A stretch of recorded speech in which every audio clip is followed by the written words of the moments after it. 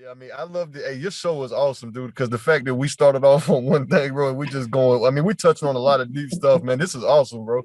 Like, I just like playing mental gymnastics with somebody you could like bounce ideas. Like, this is awesome, bro. I love Yeah, this. This is appreciate it. crazy. That I mean that, Yeah, but that's how conversation works. You might have an idea of what you want to start it on, but if you're having a good conversation, it leads to revelation. If your conversation doesn't lead anywhere, if there's no progression, now you don't want to just venture completely off on a tangent. right, You right. know.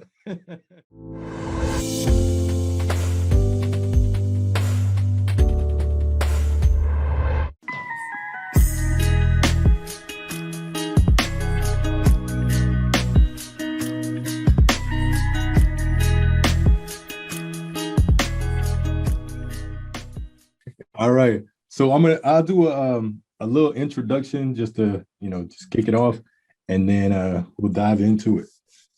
Yes, sir. Sounds good, man. I'm here to have a good time with it. Let's see what we get into. How much trouble we get in. Definitely. All right. So thank you all. Welcome everybody back to another episode of Do Your Life Justice with another installment of Just My Thoughts. But this is a special one. This is a special one. So this is the premiere of what I'm going to dub cave conversations. So this is guys talking about things that guys think about, the conversations that we have in the barbershop, when we hanging out with our boys on the corner and everything like that. So that's what we're going to talk about today. Have a special guest in the building, Solo. Welcome, Solo. Thank you for having me, man. Thank you for being here. So, like he said, he's already ready. He's ready for an open and honest conversation. And so we're going to share with you guys the world of men, and just the simple things that we talk about. So, like I say, the name of this little segment, and I think we're going to make this a reoccurring thing, cave conversations. So, man cave. So, Solo, what exactly is a man cave? Well, over here where I'm at, man, I'm in Georgia in the United States. So I'm a down south boy. I mean, down here, bro, growing up, it was pretty much just a man would take money that he saved up. He would buy him some kind of building or build some kind of building out in his yard, and he would just fix it up however he wanted it. Let his wife keep the house, and he would just kind of build him this like external place where he can go and just get away from it all. And like nobody was allowed in there unless you was drinking a beer or watching a game, something like that. you know. So it's basically like a club by invitation only. Yeah, pretty much. Yeah. I mean, it's an important place. It's a sacred place, I would say. Yes, sir. Like you said he builds this little shed out, in the yard, or turn the garage into a man cave. Or if you got them big dollars, you have a whole nother level, basement area that you turn into the man cave. And the part that I think a lot of people miss, and especially women, because they don't understand it, he gives her the house. Right. So I talked to my wife. I said, I want to get a man cave once we get to an actual house. So right now we're in an apartment and everything like that. So once we get a house, when we move to a final destination, I want to have a man cave. And she like flipped out. She's like, you don't need no man cave. What you need a man cave? She's not American. She's from Iran. So she doesn't know anything about that Western ideology of a man cave. But it's like, you have the whole house. You have the whole house. Do you think that every man should have a man cave? Or is this just a special thing? No, they absolutely do, because a lot what women, can't really wrap their head around, bro, and what they don't really understand about men or and relationships in general, though. I mean, some men don't understand this either, which is amazing. But a man and a woman, we're not meant to be around each other 24/7, bro. That kind of drives a wedge in between any kind of intimacy you might have going on, bro. Like, human beings, we're social creatures by nature, but if we over socialize and we're just always with each other, like, that just drives a wedge there, because we have our own individual thoughts, we have our own individual interests. And so if we're always together, we always got to look out for each other's interests that might not be our own. That could end up building some resentment over time, and it just turns bad after a while. So that's not a good long-term strategy. So man caves are definitely necessary for men and women to get along better in a relationship, in my opinion. I completely agree with you. And I had that exact same thought. I made a video, I think last week or the week before, talking about that space. I was doing 10 things to make a relationship work, and one of them was space versus separation. So you need to have distance away from your partner just to kind of, recharge, and because men and women think differently. And it's crazy how a lot of women don't even understand that. They don't understand that we're basically simple creatures as guys, and how we think and process things is a lot different than how they do it. And so having a man cave, and it's not, I'm going to the cave because I'm upset at you or I hate you, we just got into a fight. No, the cave is just an escape for guys to have a haven, because it's time and time again, we put it out there. Women own the house. You have every room in the house. So having that man cave is somewhere that the guy can just go, and like you said, you can't come in. You got a drink in hand, you got a beer, you got, mixed drink or something like that. And you just chill and watch sports and shoot the shit, basically. Right, because I mean, if you think about it, man, the pressures. All right, so I'm only speaking to actual men here, bro. I'm not talking to the men that are like, oh, grown toddlers. I'm not talking to those guys. Those I don't really consider in the man category. But if a woman is in a relationship with an actual man, the pressures of being a man day to day, it builds up, and there's only so much that a woman can really do physically for the man and mentally, because a man kind of shuts down when pressure kind of really builds up or whatever, because he don't want to like lash out and go crazy. So a man will kind of shut down. He'll just kind of get in his own realm or whatever. And there's nothing this woman can really do about it but leave him alone, give him the distance, let him go to his man cave or go to the bar with let him get away from it all and detach himself so he can come back to, so that's a lot. Women need to kind of come to grips with that understanding that men are simple, but we also detach ourselves when pressure of life starts building up, because we don't want to take it out on our woman or our family. So they got to give us that extra space to. And I even do this, man. If you're in a relationship with a woman, bro, and she's out there getting it, doing a thing, whatever, I promote them getting their own cave as well. Like, she can give you the whole house and you can chill, but if she wants to get her own place to detach from you, that'll also help the relationship. So don't never, if she want to do that, that's cool. Give me the house. You take a building, whatever you want to do. As long as we have that space, bro, it's necessary, in my opinion. I don't know. How would that work though? How would a woman getting the woman cave and you getting the house? That seems hard to wrap my head around, because usually especially if you're living with a woman, the design of the house and the interior, design, the input is usually around 70-75% her, right, 20-25% you, 8-30% you, so she's going to be the one basically designing the house, the decor and everything like that. So she's designing the house, and then now she gets to go and have her own little cave as well. Come on, look. No, you're right. You're right about that, bro. Because see, I thought long and hard about this before I even came out of my mouth in public and even told anybody that theory. But my theory is that if she's gonna have a place of her own, then the house is going that percentage you just said about who designed, that's going to switch. Because see, if I'm getting the house a majority of the time and you got your own place to get to, then the house is going to be something different when you come up out of there, bro. It's going to, now this is going to be my cave and you got your building. So it's the same dynamic if a man got a man cave, bro. Like the woman does whatever she wants with the house, he don't really care. So that'll switch. Now, I don't recommend that though, bro. I recommend the traditional. I'm a traditional man, bro. I believe, the woman, that the house is hers, whatever, she take care of it and that's her baby, all right? And then the man can go build his own thing separate. But if you're with a stubborn woman that wants to get in the job market and grind and all that stuff these newer women do nowadays and go be like a man and work a butt off to get to the top of a company, whatever, then let them do that. But they need to understand that the dynamic is going to switch. They got their own place now. Now the house is mine, and it's going to look way more masculine when you get out of that woman place you just had out. So be prepared for that. I mean, that makes sense. If she's out there grinding and everything like that, I mean, that's a good, transition there. What are your thoughts on the role reversal? So the woman going out and being the breadwinner, and then the guy being like a stay-at-home dad or whatever and taking care of the house. I've gotten into a lot of arguments about this thing, bro, because I do a lot of reading. I study a lot of psychological studies and things. Like, I'm a kind of a bookworm and a nerd at, like, so I've came across a lot of evidence that, I'm all for women that want to, that want to go do that, bro. I don't have any problem with it. I don't have problems with women in the workplace and all that stuff. But what I will say is that studies have been done, and I encourage everybody to go look these studies up for yourself. It ain't just me, and it's been done on every political spectrum you can think of, whatever side. So it's not anything biased. This is just science in general. The evidence is out there, bro, that proves that you know, women, like this, the biological nature of men and women is, it'll never go away. So no matter how many policies or whatever we put in place to, try to level that out, bro, it'll always be there. You're not going to be able to do anything with it. So the women, they've done studies where, I think in some law, and there was a law firm in Canada, I believe, where this one psychologist, like, he did a study on them, trying to help them further their careers as lawyers.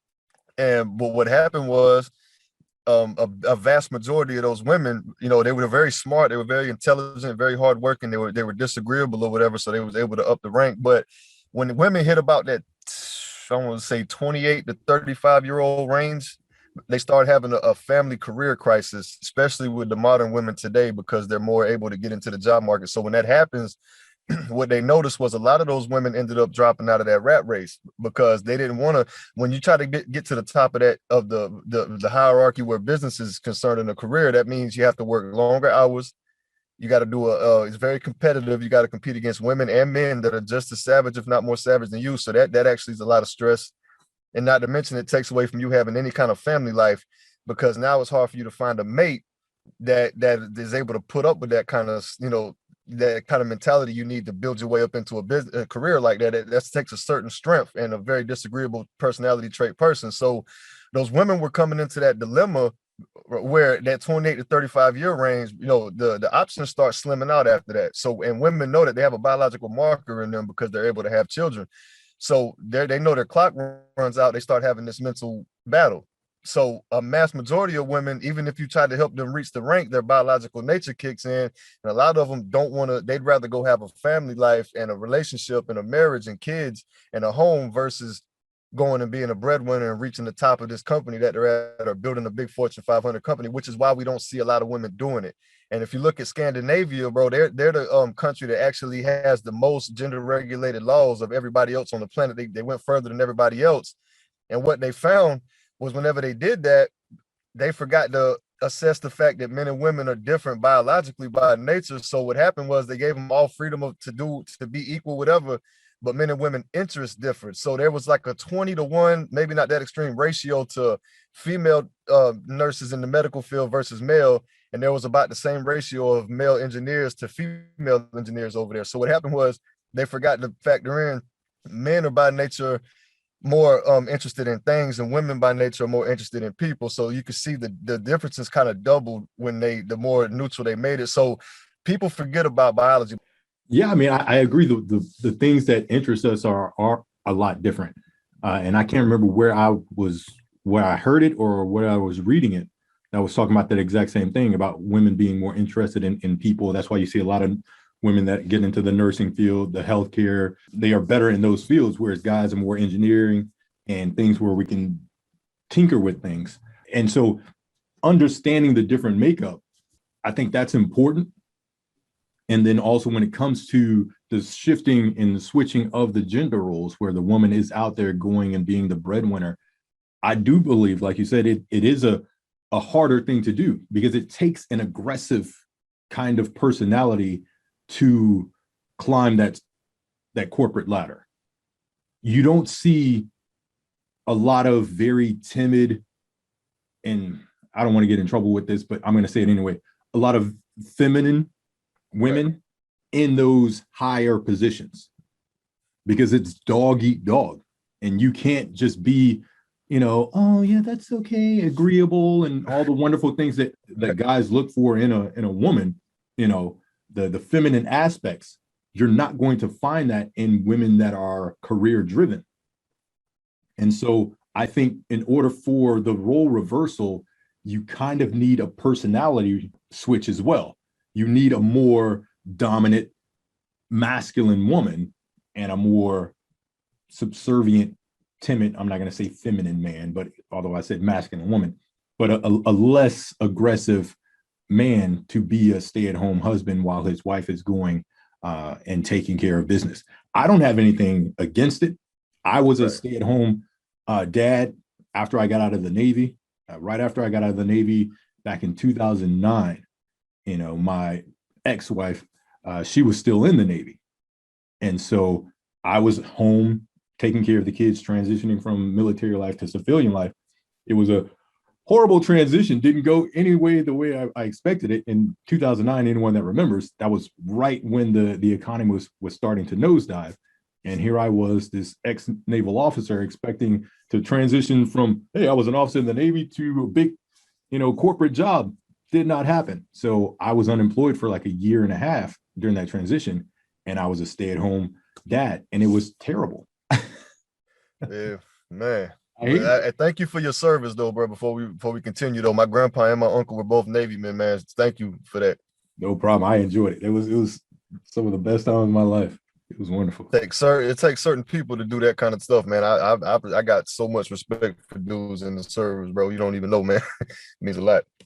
Yeah, I got stories. But yeah, like it's a different thing. And I even just in that year and a half, it was hard for me to be that stay-at-home dad because I was so used to working, but I was appreciative and thankful, for my ex-wife that she carried them out. She didn't skip a beat and everything like that. And she was grinding and stuff. So for a guy to do it long-term, I think it's counter to our nature. And it happens at times. And there are some women out there that are strong enough to carry that load. And that's what you want. You want someone that you can, depend on. But I don't think that I don't think it'll ever become a normal thing where more men are becoming stay-at-home husbands and fathers, and more women are just running the show, because it's not our nature. Right. Well, it'll never be a good long-term solution, because nature will kick in, and then that's when resentment, depression, anxiety, and your relationship will just pretty much fall apart over the years after that, because you're trying to fight your nature, and that takes a real toll on a human being. But also, let's go back a little bit into this point, bro. When you talk about the whole, what it takes, when I said what it takes to get to the top of these careers and to build these big businesses, feminine and masculine, those are actually scientific terms, so I don't mind using them, because I don't feel they're derogatory, just me personally, but I'll use it. So this is the problem we're running into, though, man. People don't, the science literature is out there, and psychology especially, bro, but it tells us on the extreme end of the spectrum, in the studies being done and the evidence, all agreeable people are women. All disagreeable people are men at the extremes. So there's overlap in between that. You get a little flip flop. But when it comes to being in the hierarchy, which is a place that has people on the top, in the middle, and at the bottom, that's what that is. And we, human beings, we move in and out of that. So it's a status thing. So when you're diving into that and you want a future, you want to build a career or a business, disagreeableness is that's why you see mostly men at the top of these big companies, and you don't see a whole lot of women doing it, bro, because like by nature, personality trait, psychologically, women are way more agreeable than men, so they don't advance the way a man would, because men aren't going to put up with certain treatment. They're not going to put up with not asking their boss for a raise. They'll go do it, and if you don't give it to them, they'll leave and go somewhere that will. So they have a lot more leeway with that. Not to mention men, they're very competitive and aggressive. But what's happening today, it seems like to me, is that the whole situation that people, what they want to see happen is they want men to sort of roll over in the workplace and in these businesses and in this competitive realm. They want them to kind of lay down and roll over and just let the woman step over them and take the position. Like they trying to take competitiveness out of the marketplace and out of the job market, which is an impossible task. It's not, you can't do that. That's not how the universe is designed. You just can't do that. So that's why we're having so much resentment and anger between men and women these days, because women, not all women, a lot of women like to work for their position, bro, and I respect them for doing that, though. A lot of women understand what it is and they'll put the work in. That's why you see those women, they end up making these big businesses and reaching the top of their career, because they know what's up. They play the game and they get just as savage as the dudes do. I respect it, trust me. But it's the ones out here that's whining about the man not rolling over, just giving them their position, that I have a problem with, dude. That's not how it works. You have to compete with them. That it's a competitive thing. And I think a lot of people lie to young women now, and it kind of messes them up when they get thrown into the real world out of the universities, and they have to go compete now. And it just, their brain's not wired to understand exactly what they have to do to establish their place in that kind of realm. And so, it can get iffy, man, but nobody really looks at the research that's been done. And so people don't know, they don't understand, they don't take time to actually learn this. They just turn on a news channel for 3 minutes and think they know about it. But it's a multivariate analysis that has to take place, because all these things, you can't just point to one thing of why something is wrong. There's 100 reasons that something is going wrong, and each reason has a certain percentage that it plays in it going wrong. But people just try to absolute things into this one category, and that's why everything is so messy and no one knows what the hell's going on. Yeah. I mean, I agree. People aren't doing the full research and getting a better understanding. And I agree, it should be a competitive, market. I'm for affirmative action where you have an opportunity, where right. You have a company that has 10 positions, 5 of them are already filled by a certain demographic. The other 5, there should be an opportunity for other people. However, there does still need to be competition and competence. You can't just be given the job simply because of your gender, your race, your sexual preference, and everything like that. So that's the part that we have to understand, that you should have equal access to opportunities, but not guaranteed an outcome. You made a good point, though, bro. I believe in equal opportunity wholeheartedly, and so that's the way the human race is gonna continue. But the whole equal outcome thing is iffy to me, though, because if you think about it, with affirmative action or anything based on your gender, class, or whatever, if you start giving people things without them having to earn it, or earn the respect in it and earn their way, it actually hurts them and their community actually as a whole over time. But people nowadays, they think short term, so it's short-term gratification. Of course, everybody can see that, it's plain as day. But the long-term effect of that is they don't learn anything, they don't learn to be disciplined, they don't learn to compete, they don't learn to get better. So they stay stagnant because now things are just being given to them. So I agree with what you said. Let's open the door for everybody to get into the building. Don't turn nobody away at the door. But once they're in there, now they got to compete. They got to earn the respect like everybody else. And now they got to knock the ones that was doing them wrong in the beginning. Now they got to knock them aside. Now you got to elevate yourself. Let's get better. Take out your competition. That's what I'm all for that. Yeah, certainly proving that you deserve to be here. You're at the table. You got a seat at the table. Now show us that you're worthy to keep it. You don't get to slack off simply because now you're in a position. Now, you have to keep grinding and showing that, okay, I'm capable, and I'm more than capable of going. Competition, I think, is a beautiful thing. Yes, sir. It drives innovation, it drives growth, and it feeds imagination. So if there's no competition, if I know that, okay, I'm going to be able to do this or get this job or whatever, simply because of who I am, I have no incentive to give my best. Right. But if I'm competing and I know that there are other people that are right there ready and able to do what I'm doing, then it's like, okay, I need to stay focused, grind, figure out how to not only do my job well, but excel and do even possibly the job above me. And that's how I approached every single job that I went into.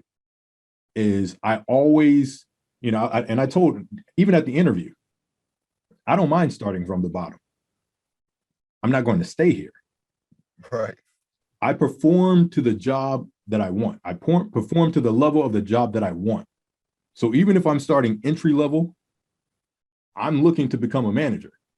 So my performance, even at entry level, is going to be that of management quality, so that you can see that, hey, we need to move this person up. And that's how you move ahead in the world. All I need is the opportunity. Right. You got my foot in the door. You didn't even give me a seat at the table. You just opened the door and told me I could come in and stand by the wall.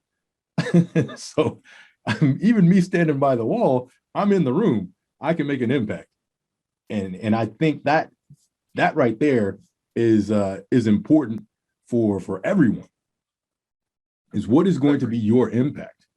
Whether you're a man or a woman, how are you going to make that impression to gain that respect, because people aren't just going to give you respect simply because you're, you know, they should respect you as a person, but I'm talking about, you know, a respect on the admiration level, or Right. you know, finding you competent and everything like that. They're not just gonna, oh, I don't know you. I need to see what you can do. And that's important when you go into any job, is to, I'm gonna make my mark. And I know we've kind of like gone off on a tangent here, but that's okay. You know, so No, it's good stuff, man. I mean, dude, I think people need to hear this stuff, bro, because competition, it does two things. It makes better or it gives insight. So, and I'll explain what I mean by that. It either makes better to the point you made, which is you have to compete with people that are just as capable, if not more capable than you, and that actually sharpens your skills and makes you a stronger person mentally, physically, psychologically, the whole nine. So you come out and it gains insight also at the same token by saying, even if the certain position or place that you wanted the opportunity to get into and you competed and you did your best and it still didn't work out because there was just people that was just that much better than you there, even when you leave that place, you're 20 times better than you was before you went into that place and competed. So now the next place you go to that you're going to give a shot at, you'll be 20% or 50%, 100% more equipped now to dominate that new place that you're going to go to, though. So it either makes better or it gives insight, which is both important keys. So competition is very necessary for human beings to actually prosper as a species on this planet anyway. So I don't know why they want to get rid of it. It's a beautiful thing for men and women alike. Every race, don't matter. It's good for every human being to get competitive because it just sharpens you that much more and it makes your whole community better, to be honest. exactly. If you stop taking everything personal and understand that, okay, this setback could lead to advancement. What can I learn from this? Right. Like you said, I was competing and I missed the mark. I didn't get the job, or I got the job and then I just didn't perform up to standard and I got replaced. Going into the next job, what did I learn from that? I can't go to the next job whining and crying. Oh, you know, I was fired and I was let go. They didn't, Right. you know, they didn't believe in me and everything like that. They didn't give no, stop crying. What did you learn that you can apply to this new job? I don't have a problem with anyone performing. You outperform me. It's like sports. I may be the better team, but I just had an off day and you came in and you whipped my ass. Right. It happens sometimes. You might have been a great employee, but you know, something happened to where you just got overwhelmed and you got replaced. You're not just going to sit there and cry and moan and be a victim. No, get up and figure out what you can do better going forward. I think that's why I think a lot of guys like sports. Right. You know, because we see the back and forth. And sometimes it's the unknown. It's like, man, this is a great team, but you never know. Something could always happen. You know, something could, you know, the stars can align and this underdog just comes in and just shows out. So yeah, that's actually the beautiful thing about where you put the nail on the head right there, dude. Like that's exactly why people love watching sports, man. It's kind of like an underdog situation where most regular people in the world, working class people, bro, we feel like the underdogs. You know, we feel like we got hella potential, but we just ain't got opportunities to do it. But really, we're in our own way because we let the pressures of society, you know, give us all of this. I mean, dude, look at the rate of anxiety and depression amongst young men, young people in general, but mostly young men. Now, if you look at your grandpa and all that back then, they didn't suffer with stuff like that. They were very hardworking. They were just different. But if you look at our generation now, nowadays, these young men and women, they are very high in depression and anxiety. Like this the pressure of life has literally crushed a lot of us. And I think it had a lot to do with our parents and being an American in general over here where I'm at least can speak for me, is just super spoiled. You know, like we grew up, we didn't have to really work for much growing up. Our parents just pretty much gave us everything. So our parents' generation kind of dropped the ball as far as raising the next generation. They kind of softened us up a little bit. But, you know, they didn't make us work for anything. They didn't make us do chores around the house, stuff like that, to earn an Xbox for Christmas. Like, you know, we just kind of whined about it and got what we wanted because they didn't want to deal with it. So that had an effect. we had to work in the country. I'm from Louisiana. Right. We had to work in the country. Right. I mean, but see, that's why you was able to become a soldier, a stand-up guy. You know what I'm saying, bro? And you were able to compete in the market, and you understand what it is out here. You see the difference. Kids that didn't grow up with that having to do that stuff, bro, they just completely different. They plugged into the internet instead of reality, and it messed their perception up, and it's bad out here. Yeah, that entitlement is real. Yeah, like you say, you feel like you deserve everything that you want. I'm entitled to it. I don't have to work for it. It's the simple fact that I want it, I should get it. Like, what the hell? Right, the whole cake and eat it too thing. Yeah, dude. I mean, and I understand, bro. Like, I'm not a naive person to know that there's definitely prejudice in the world. If if you don't think there is, bro, you're a naive person. Though there's always prejudice everywhere you go, no matter what race, gender you are. There's somebody that's lurking in the shadows there that's just not gonna mess with you off of some kind of physicality. Yeah. And but that's part of life. But my whole point is that I like to give encouragement out to young men and young women and just young people in general. Bro, we got to do better though, man. Start competing. You got to get tough mentally. Get tough. You need to shed off all your dead wood, even though human beings are 90% dead wood. So it's gonna hurt, gonna be the most painful thing you ever did. We got to burn off the old shell. We gotta rebirth ourselves and study our grandparents, study history, learn how to work hard, be industrious, compete in the society, move up the chain, and just and establish ourselves in this society we're in, bro. We have to learn to do that and stop whining and getting mopey and acting like the world is out to get us, because it is out to get you. But are you gonna fight back, or are you gonna let it eat you? I mean, it is out to get you. We got to learn that. Yeah, exactly. And you mentioned the older generation. My dad, he was single income. Him, my mom, and 6 kids. Oh man, Yeah. shout out to your dad. And so, he went to work and he did what he had to do. And my mom held down the house. She had little jobs here and there, worked at the bakery and everything like that, just to be social. But that was after we were in school and, pretty much self-sufficient. After like 10, 12 years old, you can pretty much take care of yourself for the most part. Right. And so not complaining was a big part of the older generation's mentality. You got to do what you got to do. You got to grind, you got to work extra time, the overtime and everything like that. Hey, you got to do it. You're not looking for an excuse to get out of something. It's like, all right, somebody's got to do it. I'll volunteer. I'll do it. And now in the entitlement generation, and I think the social media plays a big part in that. Yes, sir. Now, I was having this conversation in a group I'm in on Facebook the other day about people, and I called it, what did I call it? I can't remember what I called it, but it was, basically, you don't really want something until you see somebody else having it already. And then by seeing someone else having it, it becomes enticing to you. And you feel, okay, they have it, now I want it. Just think about commercials. We see commercials all the time showing us new products. Oh, the newest shoe is coming out. The Jordans are coming out. This is coming out. Da, da, da, da. You need to have it. I didn't have it. I was doing okay without it. But now I see this commercial. Now I see this person on Instagram, this influencer, and now I have to have it. I gotta go spend my whole check just to get this stupid item that I don't need.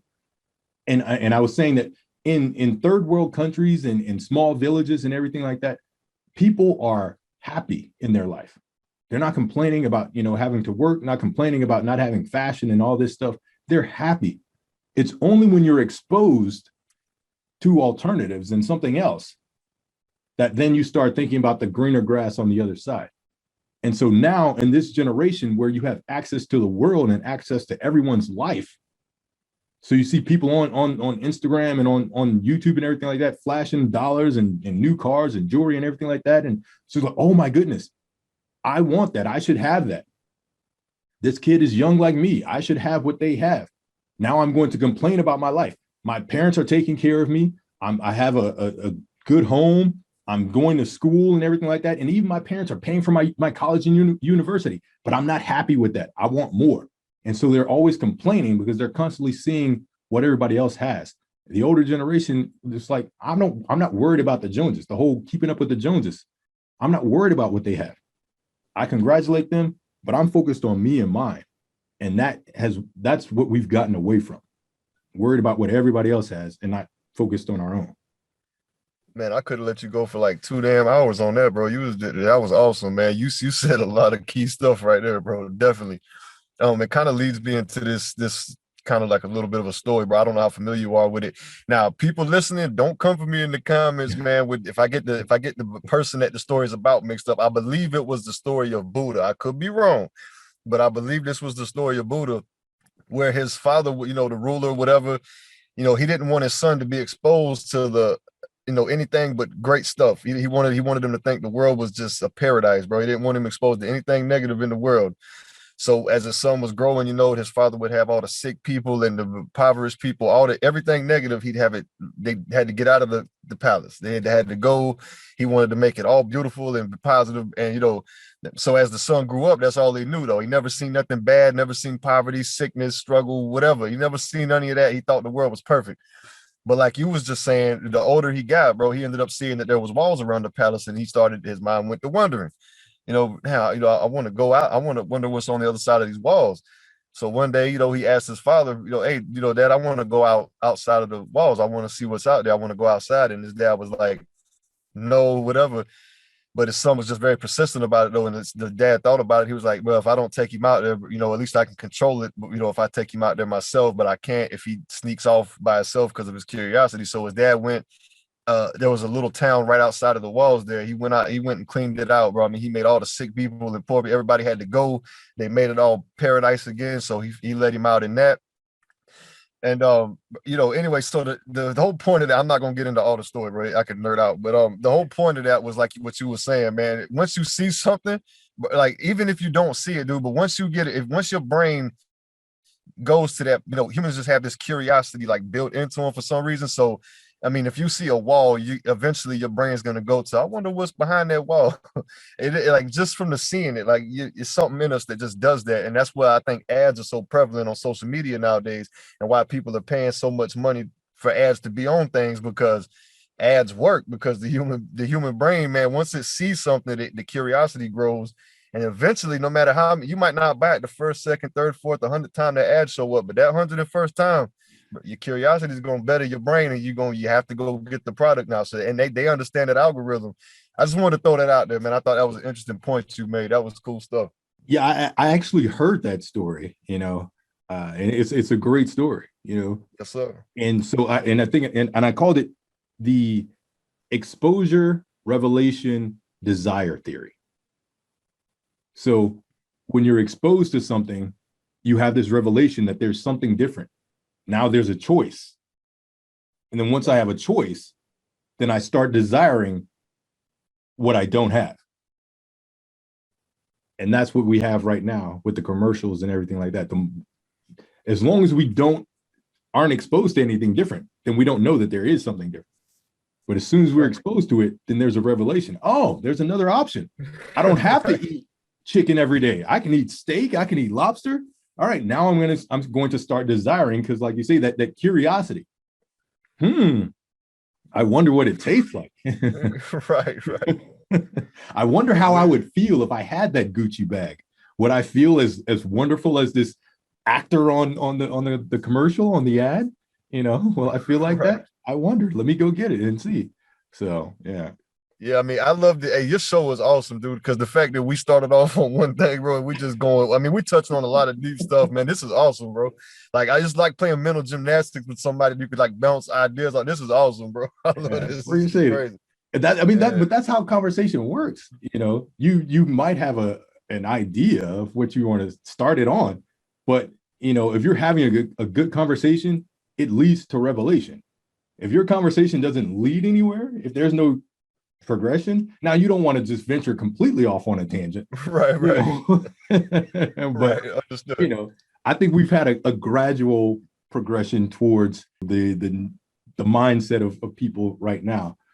I'm enjoying it. Oh, bro, this is amazing to me, man. Like I said, I'm kind of a bookworm, man, bro. This is awesome, man. Like, you don't come across people every day anymore that you could bounce ideas off each other like this without somebody being offended or going crazy on you. It just, it's weird. Like, it's hard to find adult people that you can literally discuss these kind of things with, and just put, not to say that you're right or I'm right or you're wrong or I'm wrong, but just to put the ideas out there, where you stand on it and the evidence you got to back it up, and whether it's right or wrong could be determined through the conversation, but just to put it out there without no kind of repercussion is awesome. You know what I'm saying? I like that aspect. Yeah, it's important to be able to, like I said, not take everything personally. And there's some things, there's controversial subjects and stuff, and I don't mind having those tough conversations.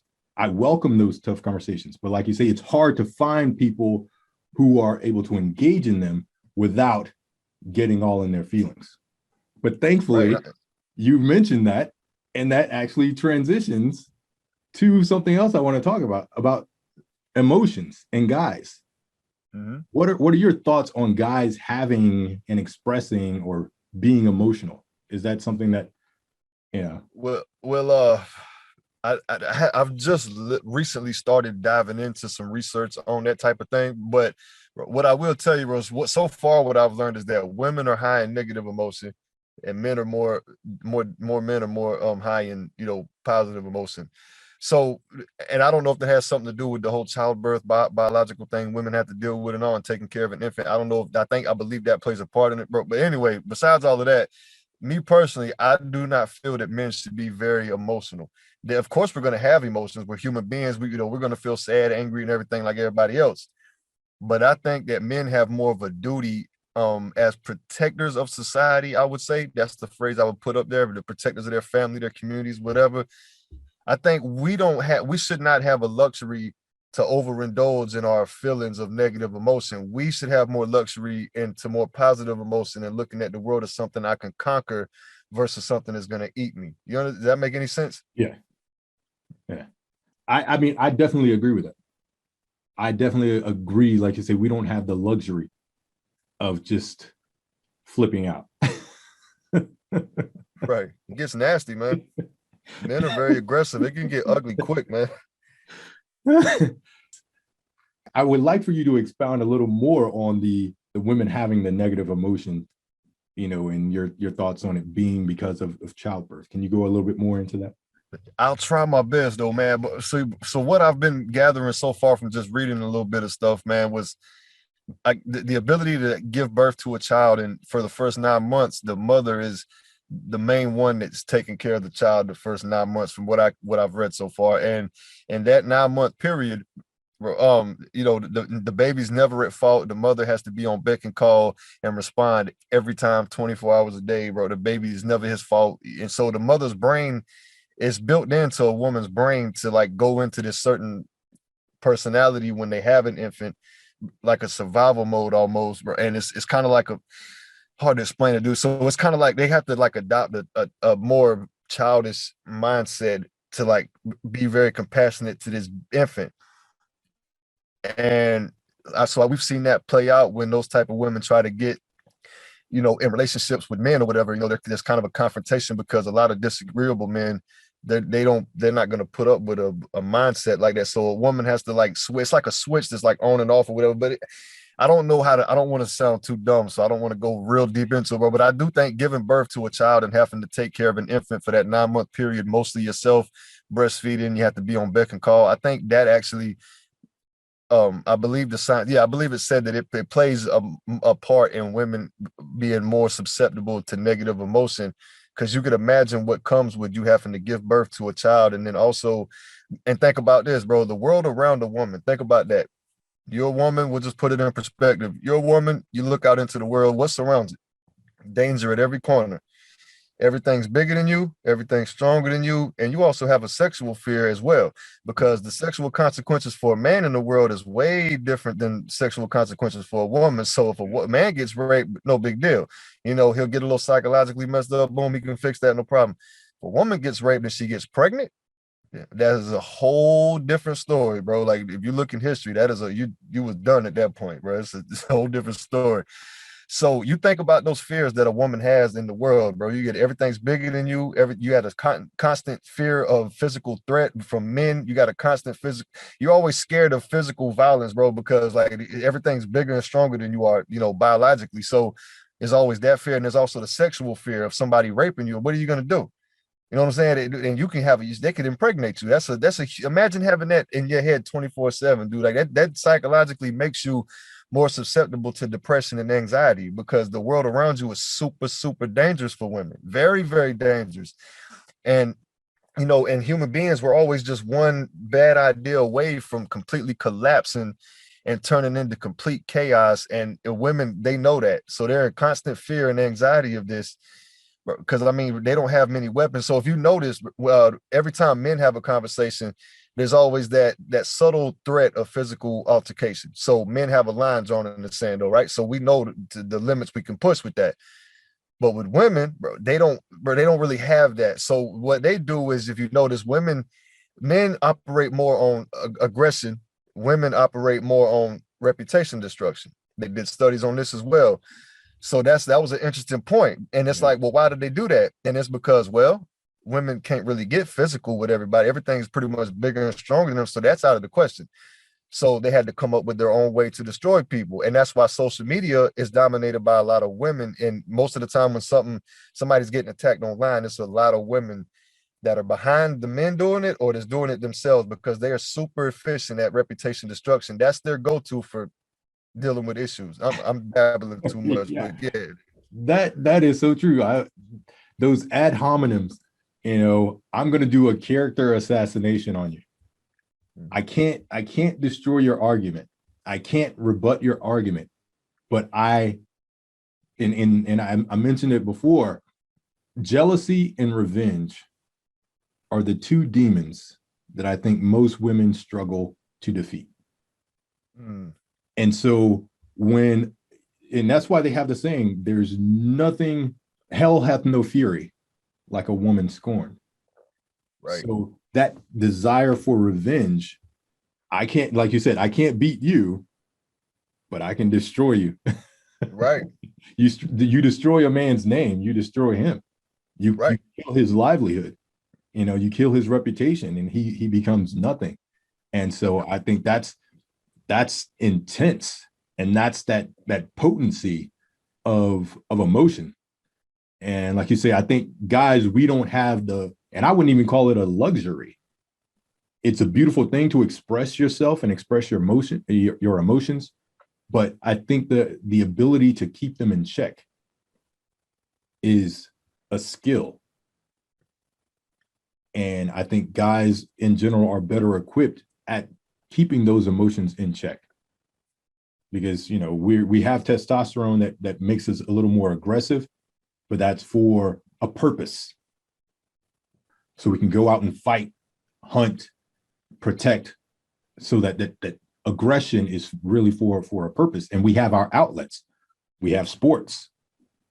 We have hard labor, very physical jobs. We have workout. So those are ways for us to let out some of that pent up frustration. Right. And a lot of their activities are like relaxed. They go to the massage parlor, they go get their nails done, right, stuff like that. So, right, bro. I mean, I want you to think about this as well, bro. Look at the interaction between men and women. Now, I want you to think about very disagreeable women that you've ever met, bro. Those are the ones that end up running big companies. Like, they're just very disagreeable. Like, men are real disagreeable. Those women, by a vast majority, they don't have any kind of long-term relationships with men unless they have a weak partner. And I'm gonna try to explain this the best way I can without putting my foot in my mouth and getting in trouble. So what I mean by this is that the studies have been going on about this type of thing, bro. And what the studies have been showing is that real disagreeable women that are gung-ho and career oriented and want to take over the hierarchy, whatever, but they want to work their way to the top, whatever. The only way that you'll ever really see them with a partner is they usually adopt the weaker partner, because what's the one thing that a man can't do in the confrontation with a woman that he could do with a man? Right. So what do you think exactly, bro? So that's why when you have a very disagreeable woman, a lot of men they don't know what to do. They don't know what to do with that. Because men, if a man gets very disagreeable with you and you get disagreeable with him, it can come to blows and then it's done. Boom, you get it out. It's whatever. The dominant one wins. But with a man and woman are interacting and she gets super disagreeable and it goes bad or whatever, a man don't know what to do at that point because it's against the rules. We don't know how to deal with that stuff. Because if it was a man sitting there, we would have already had our hands around his neck. We don't know how to deal with that stuff. And that's one thing men haven't quite figured out yet. Even scientists haven't really figured out exactly how we could, how we can understand that. But yeah, let me hear you, bro. What you got? Leave. So the Because that's what I've noticed. And because women understand that. Women understand he's probably not going to put his hands on me. So I can say whatever I want. I can poke the bear and I can taunt him, and try to get under his skin, call him all kinds of names, yell at him, push him, and even hit him. And he's probably not going to respond in kind. So the best way to deal with that is to walk away. So you leave her in that aggressive, emotional state. Go away, because then she has no one to yell at. She has no one to hit on. And so she's going to, of course, she's going to, for the most part, try to come after you and chase you. Where you going? What you doing? Come back. Oh, you a bitch. And try to draw you back in. But you just have to leave. Once you leave, that gives her time to calm down. Right. And once she calms down, you don't call and say, or come back and say, are you ready to talk now? No, you just go on about your day. Leave her with that negative emotion. That negative energy, I'm going to leave that with you. I'm going to go in and remove myself from this negative energy. And I'm going to do something else. Let me go back to work. Let me go watch my sports or something like that. And I'm going to take myself out of the environment. And when she understands, okay, I couldn't get under his skin, I need to approach it differently, she'll come back a lot calmer. And then you have a conversation. Dang, man. See, okay, bro, you made an excellent point right there. See, I didn't really think of it that way. I mean, I knew you should always walk away, bro, but I didn't think of the dynamic of, not coming back and just trying to, you ready to talk now? And just leaving, getting away from the situation, letting her sit there with a negative emotion and letting her realize how wrong she was for getting that way and that emotional with you and doing what she did to you. And also, bro, that's an excellent point. And also what I learned is that, women desire men that are dangerous, but have it under control. That's what I've learned. That's what psychology's really taught us, is that women absolutely, they desire a very dangerous man, but only a dangerous man that has his monster under control. Women really desire men like that. They don't desire the ones that'll put the monster out on them. If a woman hits them, they'll beat the hell out of them. They don't like those type of men, bro, because those men are just as emotional as the women are, in my opinion, with that. So they like a man that can tame his monster, and they love that for some reason. And what you just said made perfect sense to me. So that was awesome. Okay, yeah, you can't come back to them and say, are you ready to talk?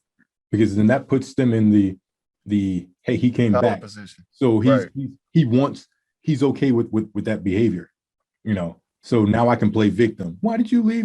No, I want you to think about what you just did, what you just said, and you come to me, because that's humility.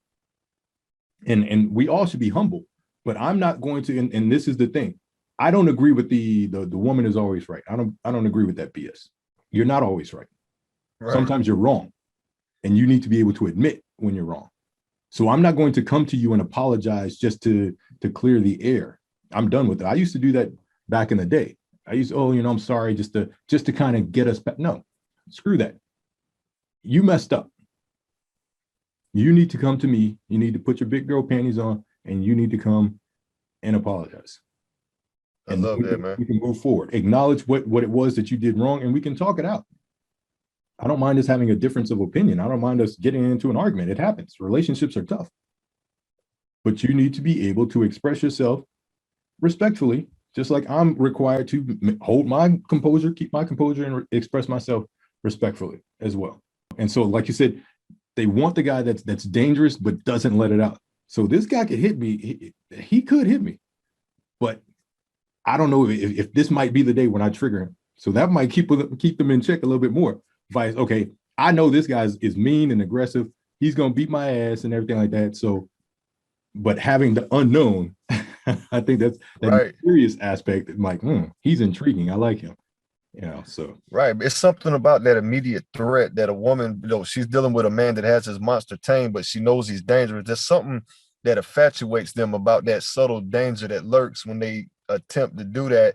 And so, like you said, bro, it does kind of if you notice those type of men that are with women, bro, like their relationship is way different than it is with these women that are with these, I would say, like millennial type of dudes or whatever. That, they're more feminine, I guess, in the way that they think.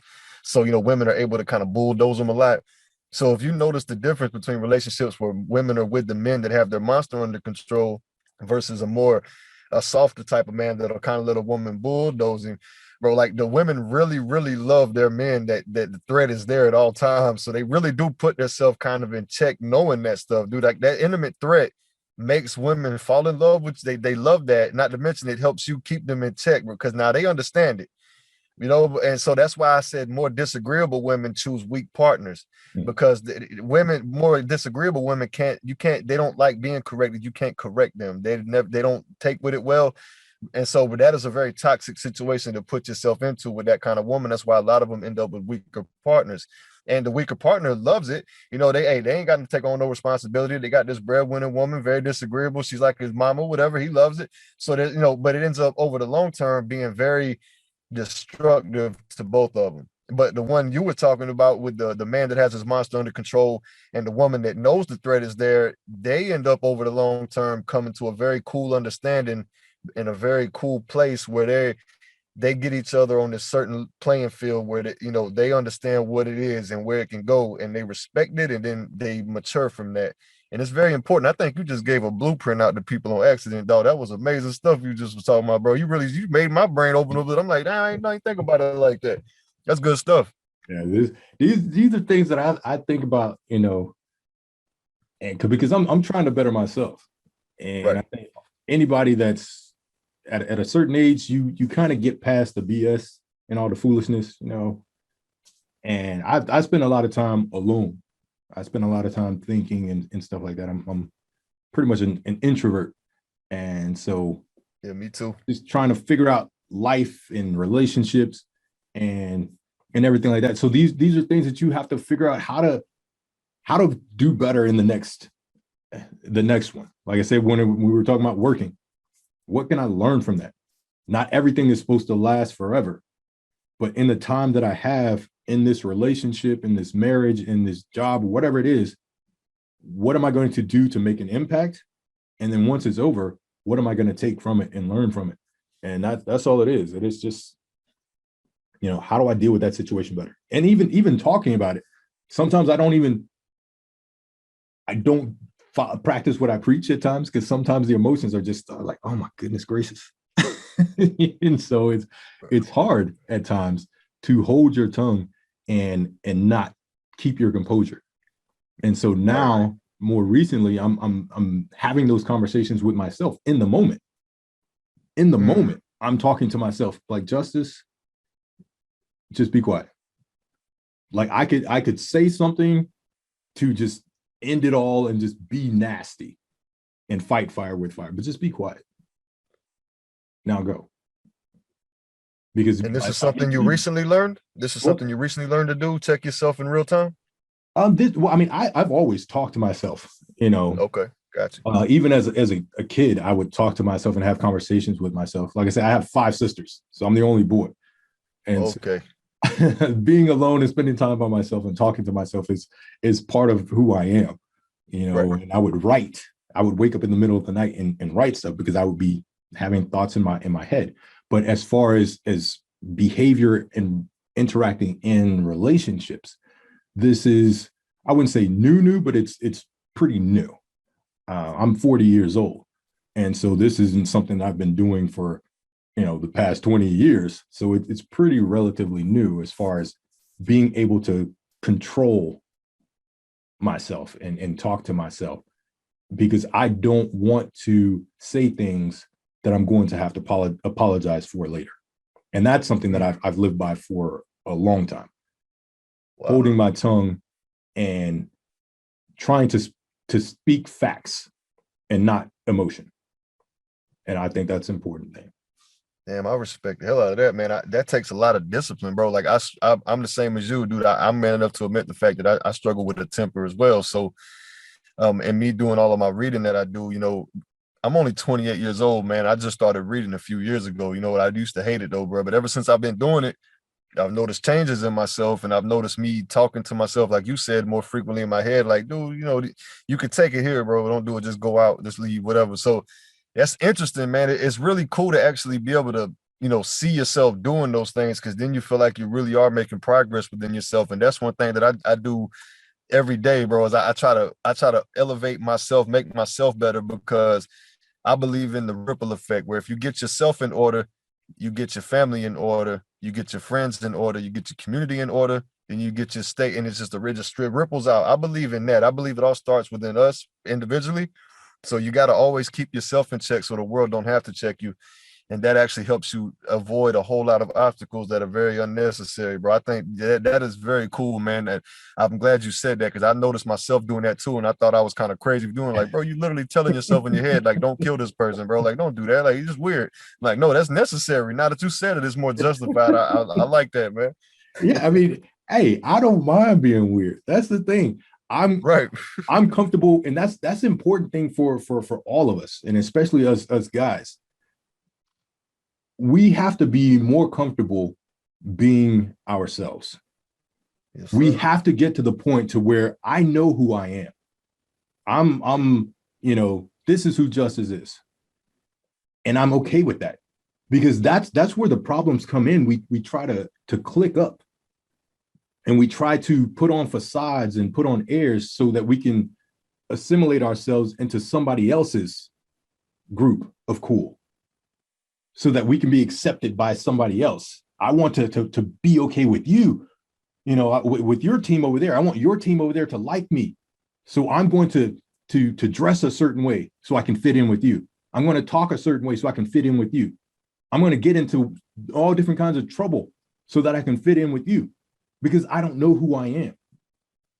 But once I decide, okay, this is who I am, and I'm okay with that, then I no longer start gravitating towards other people, but I start attracting other people towards me, because they see, hey, that's somebody with some confidence. That's somebody who respects themselves, that they think they can take off the mask. And by having those conversations with yourself and says, okay, how can I better myself? I didn't handle that situation very well. I wanted to, but I didn't. What are the triggers? What kept me from doing what the conversation that I had, the pep talk that I had in my head? What kept me from seeing that through? I think everybody should have those conversations with themselves. Everybody should be talking to themselves, because no one knows us like we know ourselves. And we're constantly learning more and more about ourselves, or at least we should. Mm. And so by talking to yourself, and even sometimes saying it out loud, like, man, that sounds crazy. Like it sounded differently in my head, but now that I say it, it sounds a little weird. Let me change it up. I have notes. I have a binder of things that I've written down, and some idea pops in my head. Oh, let me take notes. It may not even be complete, but I'm going to write down the date and what it is. And I might come back to it and I'm like, oh my goodness gracious, I was just thinking about that, talking about that the other day. But these are things to help me better myself. So even if you think you are weird for talking to yourself, be weird. Be okay. Right. No, now you got me curious though, bro. So does you actually writing that stuff down that pops in your head every day that you check yourself about? Does that actually help? I've been thinking about doing something like that, but I don't know if it actually works. Like I don't write down every single thing that pops into my head. If it's something that I think is like, I have on my Google Drive, I have a file called Words of Wisdom. Mm. And so what I've been doing recently is that, how you get the memories on Facebook, Right. on this day. And so I would go through my memories, and then I would start seeing, man, on this day, like 5-10 years ago, I said this was pretty profound. And so what I started doing is copying it and pasting it onto this document that I call Words of Wisdom, and so in chronological order, on this date, I said this, da, da, da. And so now if I have something where, okay, I went through something and it had an impact, then I just go and I write a few notes, or if I don't feel like typing, just grab the phone, make a short recording.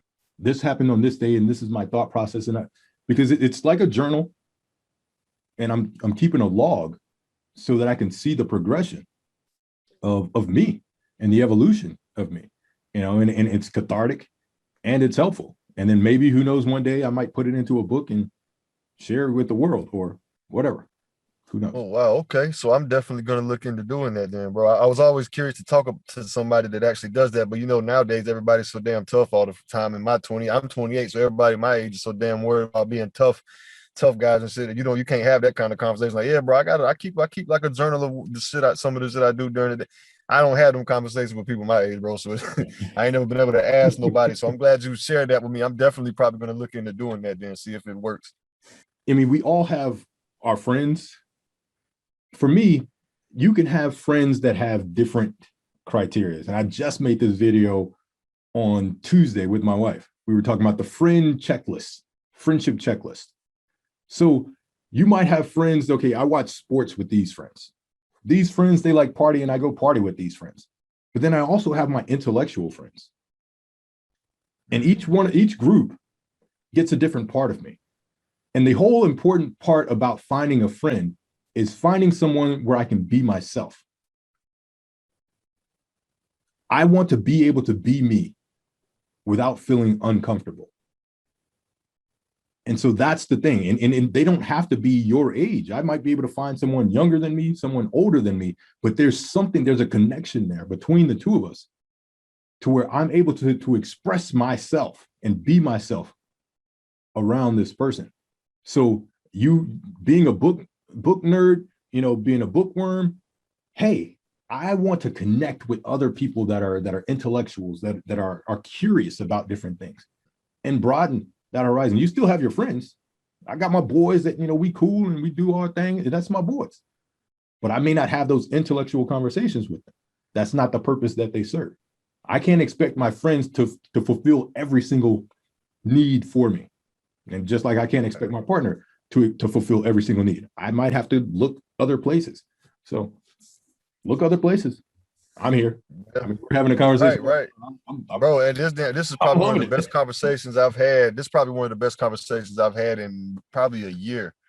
You know what I'm saying? That goes to say something, bro. Like, cause I grew up in the hood, man. I got a lot of everybody that I do know that I still am friends with, these type of conversations, bro, they don't really sit well because they worried about other, how that type of stuff that we're interested in those areas. But yeah, I mean, I don't really have any intellectual friends though. So, it's really cool though to actually, that's why I kind of started a podcast. I interview a lot of musical artists and things like that, but I also like to have conversations. So, I recently just made a group on Facebook. It's an extension of my podcast. It's for open discussion. So, I like to want people to get engaged with that because engaging in these type of conversations about all these different kind of subjects, it helps keep me sharp.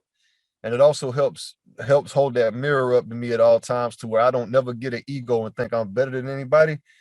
Because when I start reading these certain books, a lot of books I've read, like The Laws of Human Nature by Robert Greene, I started reading that book and it held a mirror up to me now because it talks a lot about people wearing masks in that book. Actually, it narcissism and things like that, bro. It hurts your feelings. I'm telling you that book is a humbling book, bro. I love that kind of stuff, man, because I don't never want to be a person that has an ego that's bigger than me. I always want to remain a humble person and always want to realize that I'm always forever going to be growing and learning because, the moment I think I learned enough or I know a lot is the moment my ego has got bigger than me. And I know that. So I don't never want to get to that point, Yeah, I feel you. And real quick, do you want to give the name of your podcast and the Facebook group if people want to join? Oh yeah, absolutely, man. Just go look up the Loner Lounge on YouTube and go to Facebook, type in the Loner Lounge podcast. That's the Facebook page. The group for it is called the Loner Lounge Podcast, parentheses, open discussion. All right. So you can just go in there, hit the join button, and I'll add you in and you just post anything you want all day long, man. Any questions you got, any memes or anything that provokes thought, that's what that group is for. So, if you guys are interested in that, just go check me out, man. Yeah, for sure. Yeah, and I'll make sure I put all the descriptions in the details. Yeah, that's great. I think that point about the ego, that's a hard one for everybody. Man, putting that ego aside and saying, and having those tough conversations with yourself. Where am I falling short? where do I need work? Because people are oftentimes in denial. Yes, sir. Like, you can't tell me nothing. I'm Gucci. I'm good. Like, no, you got some work to do. And it's being able to welcome the feedback. Now, I don't agree with people just being nasty. Like, I'm just brutally honest. No, you just an asshole. Right, right. You know, Yeah, you know, absolutely. there's a way to give feedback and constructive criticism that's helpful. Right.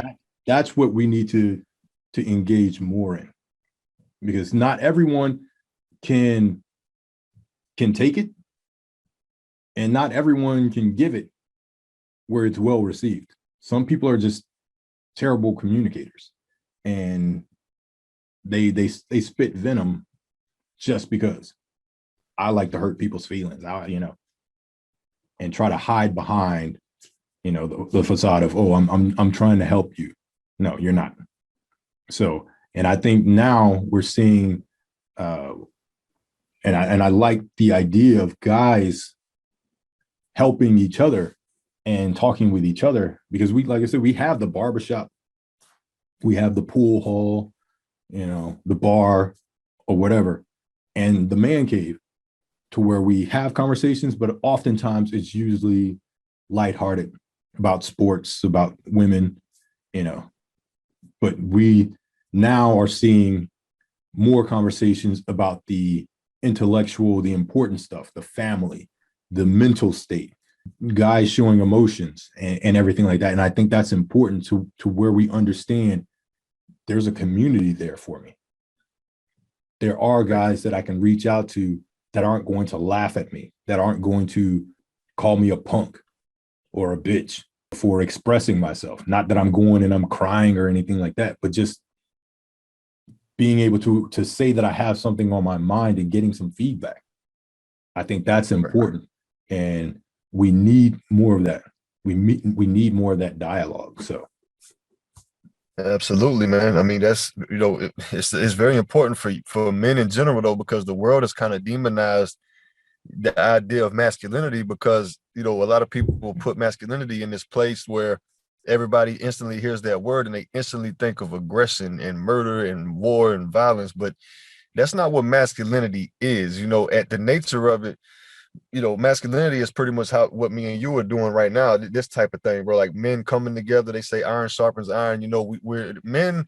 Masculinity is really a man that can take a hold of himself and realize that how small he is in the world and how minute he is to the grand scheme of things, and work his entire life to improving day after day. That's masculinity, bro. That takes a lot of balls. That takes a lot of masculine.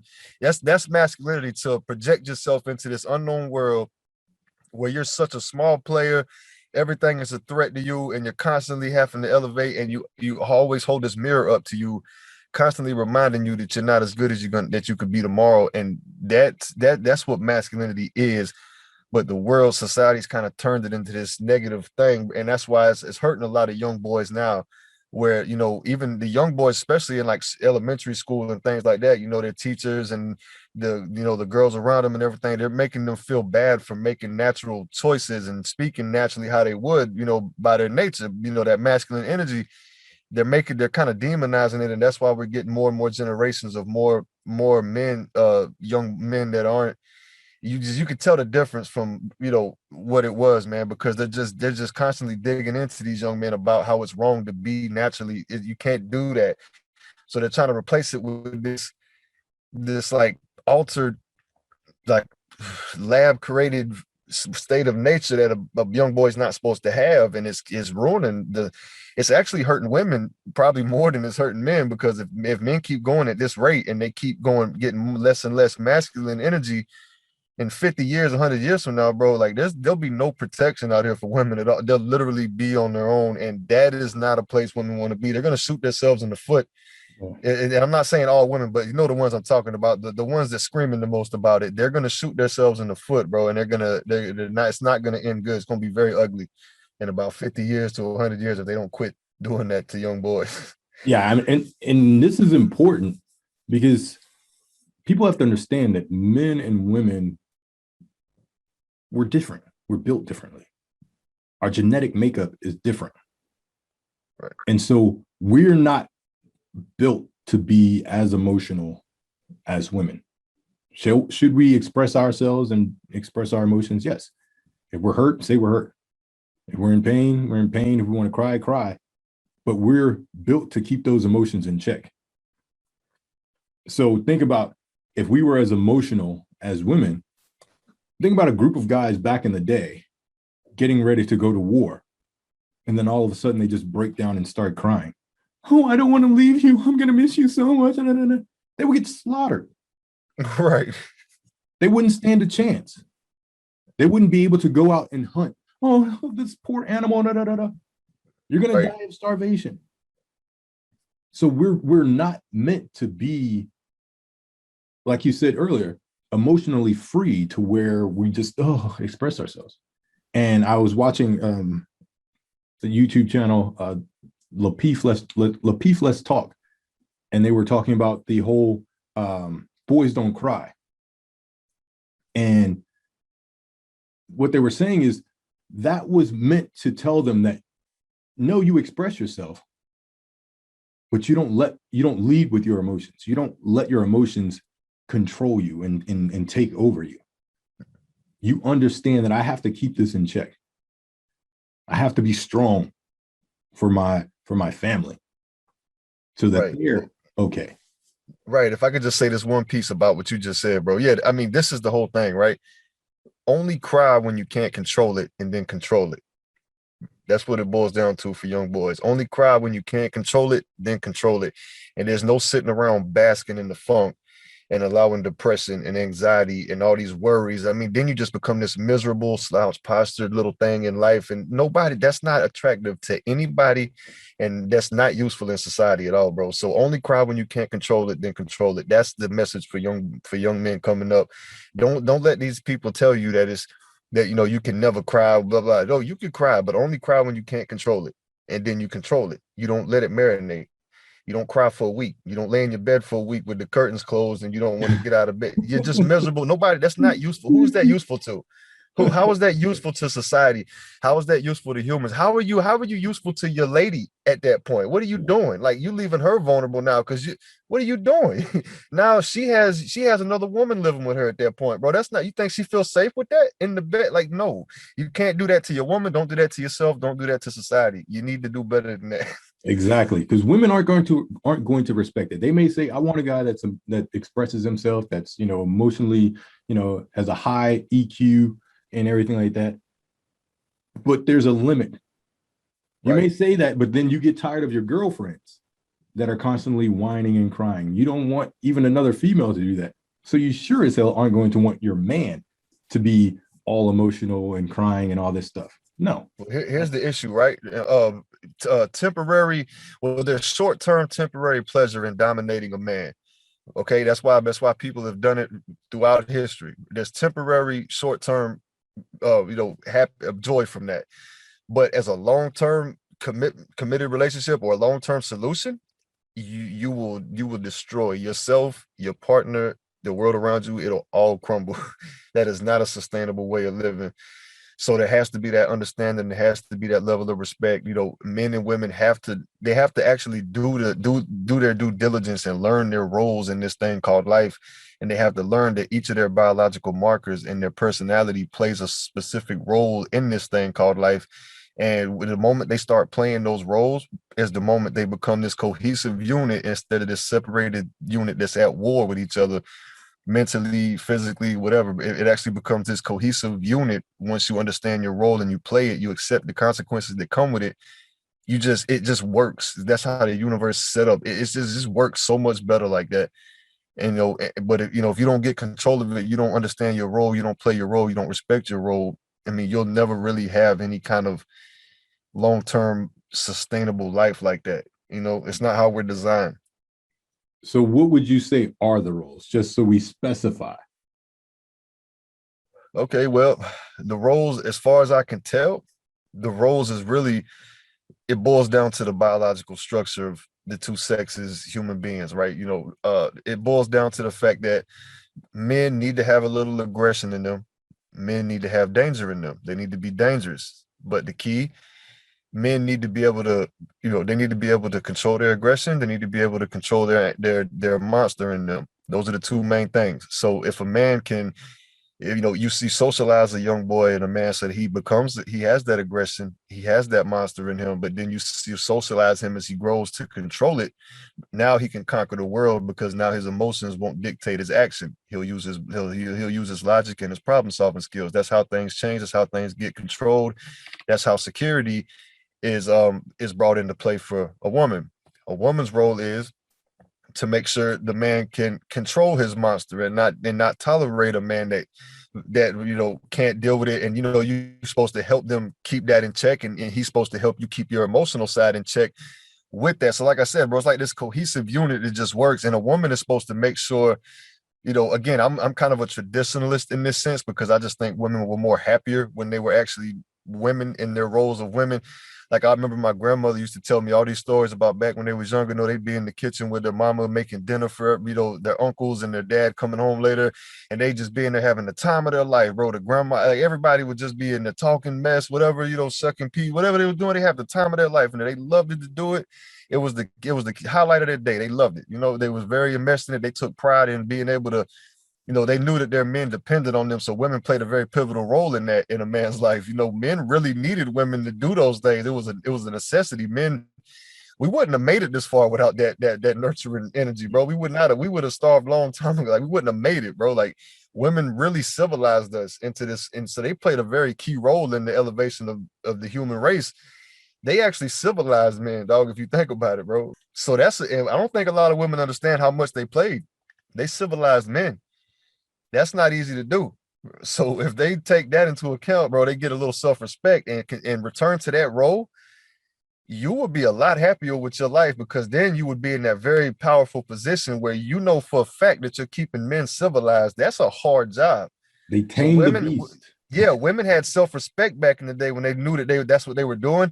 Yeah. Even, it don't matter if the world seen it, bro. Women knew when it came to their man, bro, like they knew that's what it was, and the man knew what it was, so they respected that because the roles were just there, dog. Like the man had the monster, he had to deal with the world all day. The woman civilized him, and she didn't allow that monster to come out. That's a great point. That is a very, very good point. And I think when you look at those successful relationships, there was an understanding of, I know my man.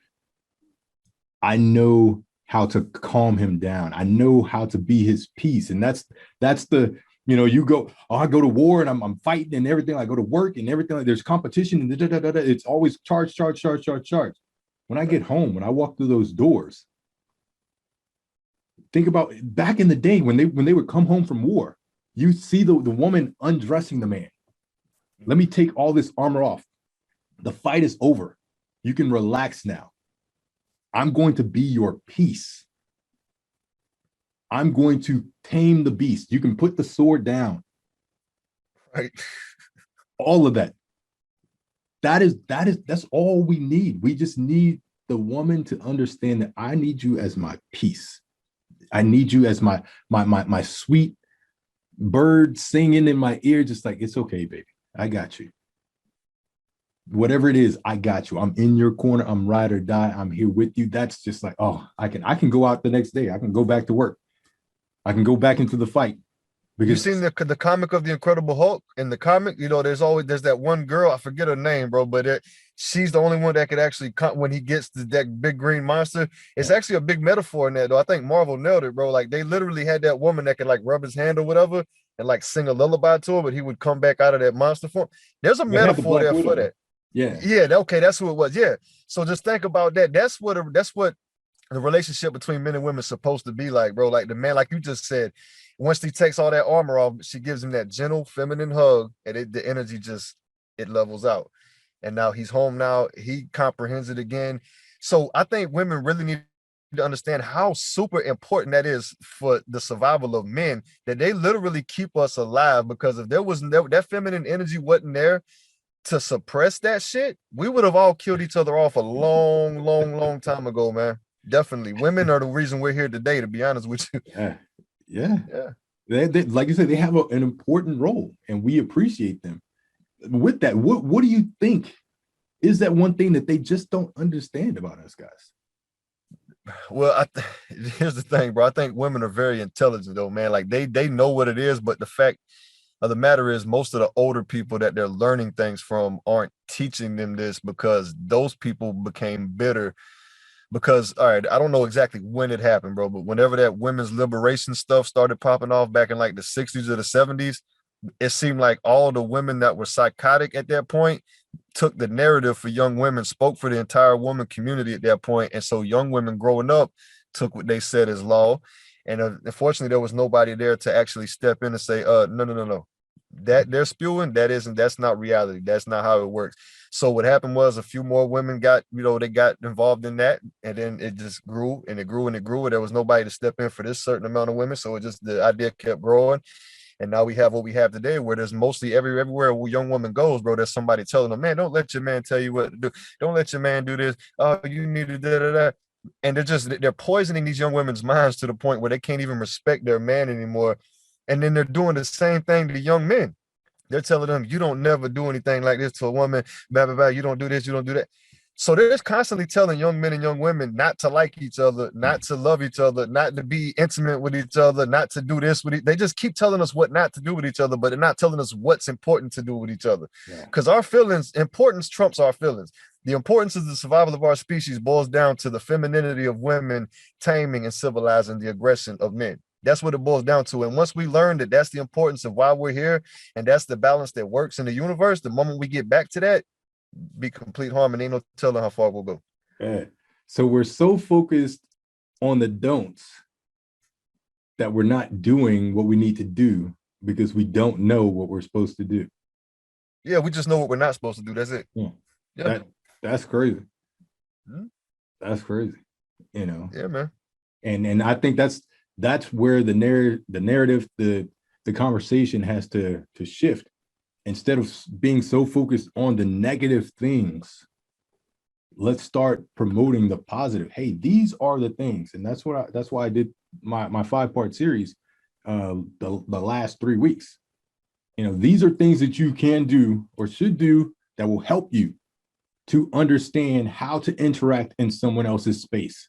Because being in a relationship, anyone that has been in a relationship for an extended period of time, I would say at least a year, you understand that there's a shift in the mindset in order to make that relationship work. You're operating in somewhat close proximity in someone else's space, and you're trying to maneuver, and it requires you to do certain things and behave certain ways in order for it to make it work. It's a tango. There is a lead and there's a follow. You're doing the same dance. You both have your moves that you have to learn and work.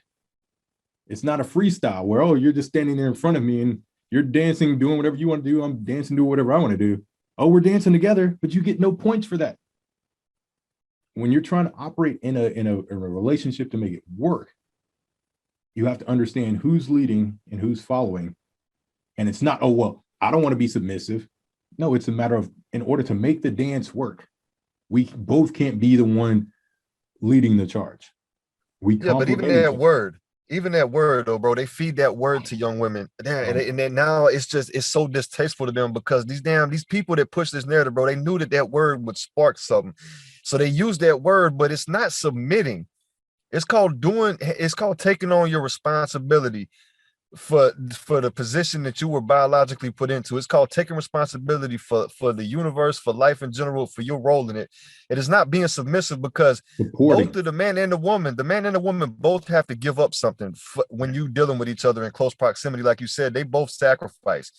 So a man don't get to be a monster when he wants to be if he's got a woman, because she's going to stop that from happening. She's going to bring, and you know, the only two things that can tango in perfect syncrasy is feminine nature and masculine nature.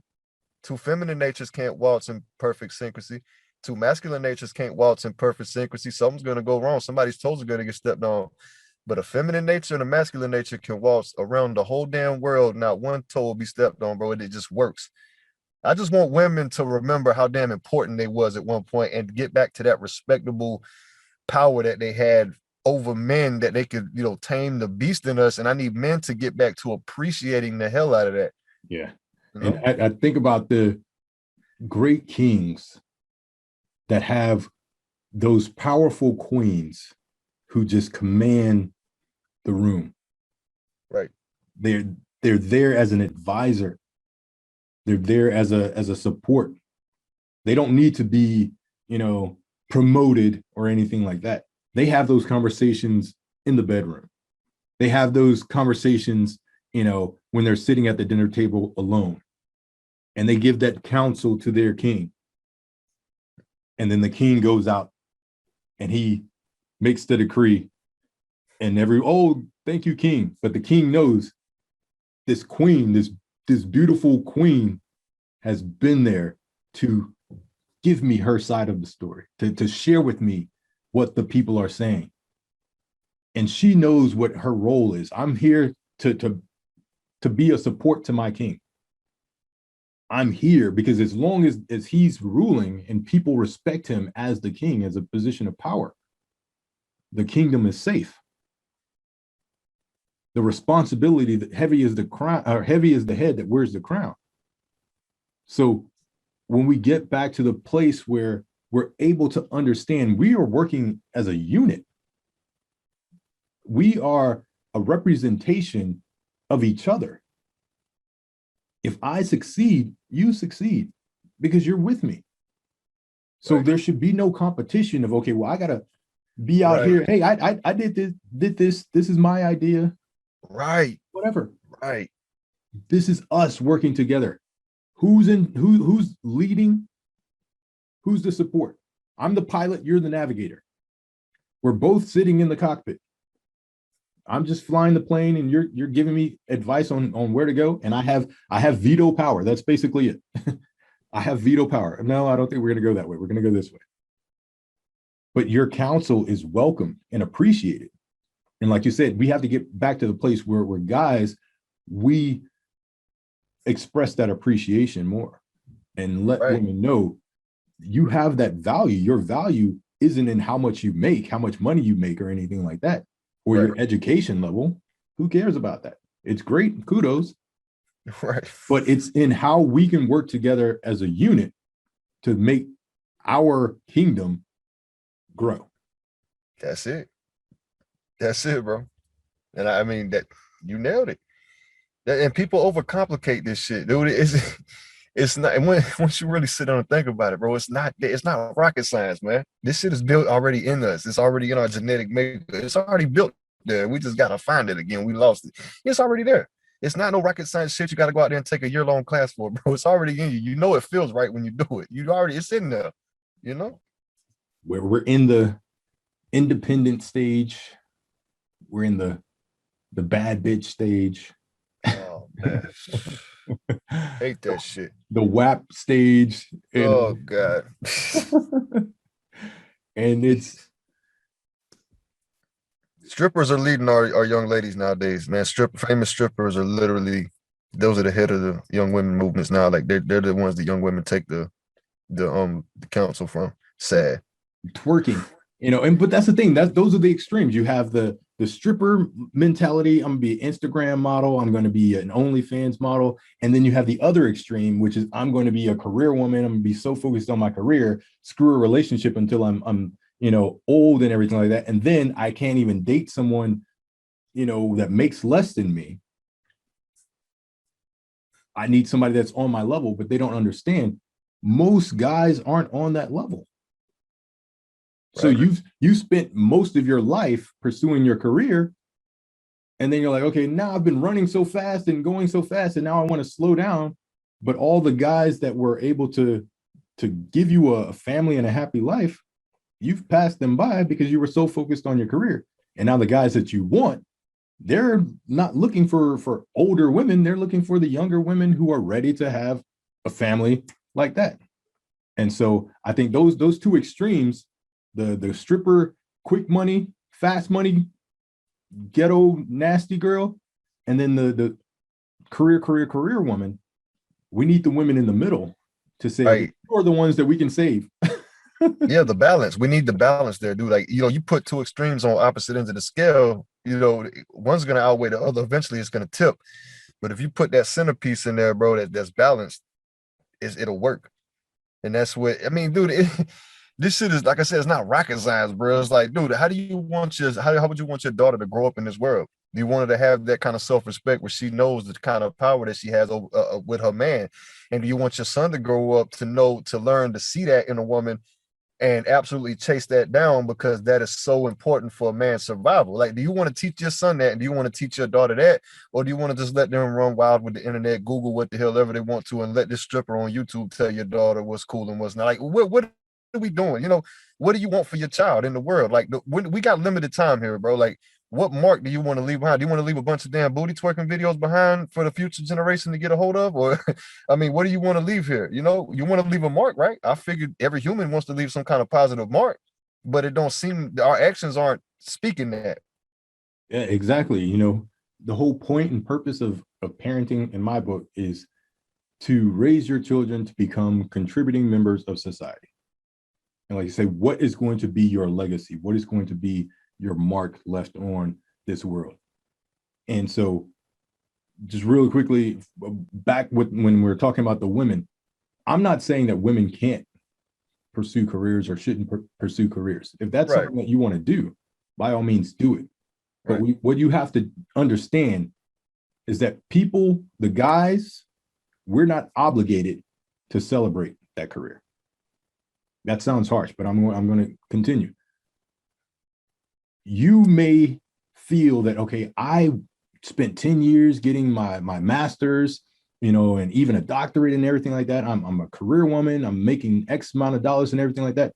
That makes me, a prize to guys out there. I want this kind of guy. You can want whatever kind of guy you want. We all have our preferences. I have my preferences.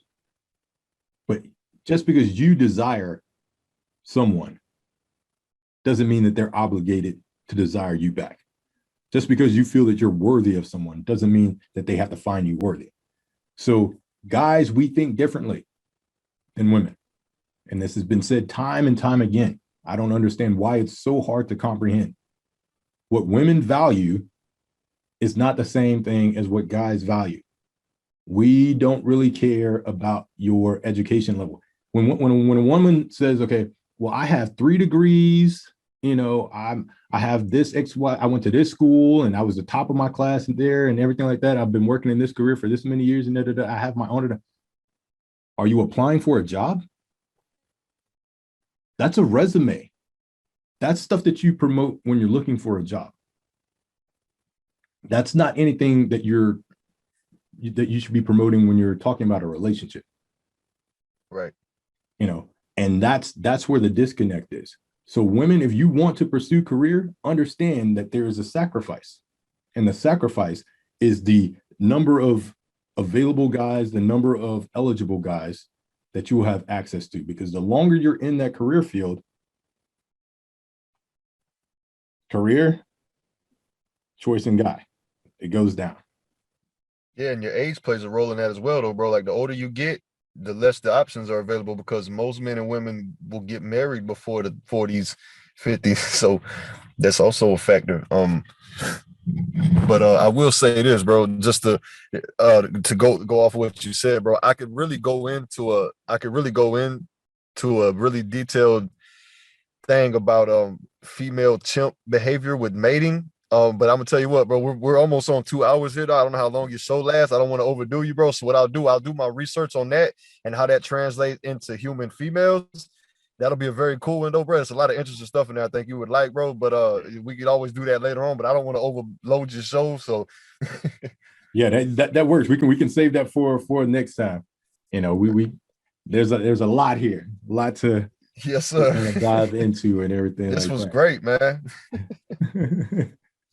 Yeah. Woo.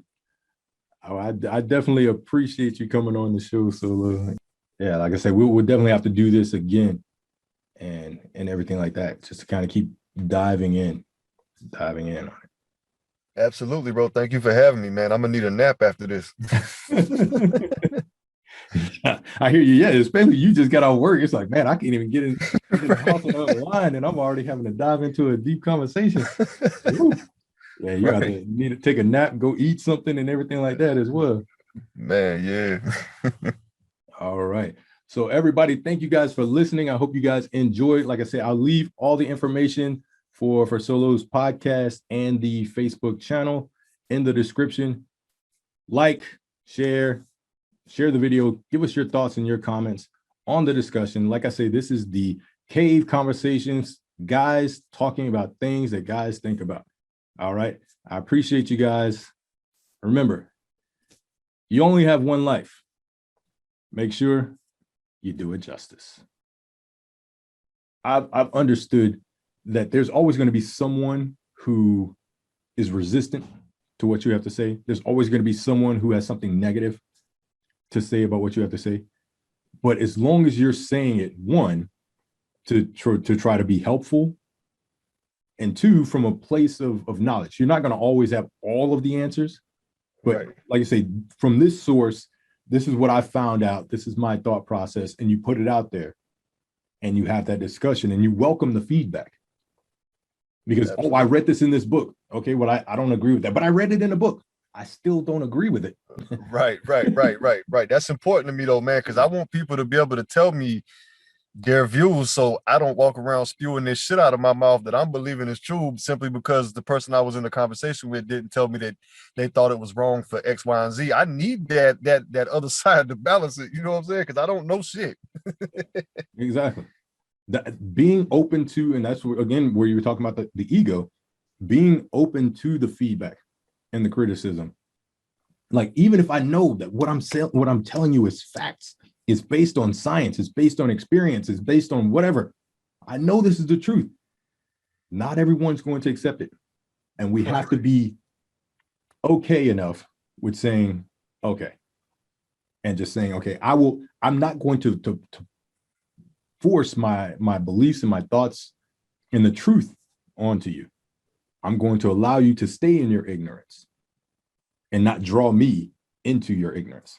You stay over there. Right. I mean, I have learned that, you know, and I was actually this person at one point too. Probably still am. I don't know, but people really hate to have their illusions fucked with. Excuse my language, but yeah, you know, they don't really like it, bro. And so what I've learned is that, you know, when you do start trying to dive into information and you try to, you know, educate yourself on things, and now I've learned, don't ever speak on anything that you don't have some kind of evidence, whether it's weak evidence, strong evidence to back it up. But it's probably better that you don't speak on it in a way that comes off like you know what you're talking about. It's probably better you frame it as a question because you know that is just a weak argument at that point. And also, you know, where it's like, okay, yeah, that's kind of a stressful thing when you do try to educate yourself on things, is that you're gonna have people that just refuse to accept it because it affects their illusion.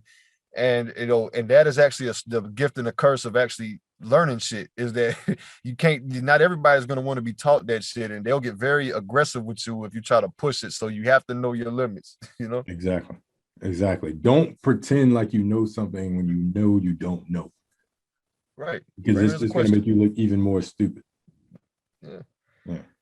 Yeah, that's big, and that's where you just, I agree with that. Ask questions, and that's my thing. I love asking questions.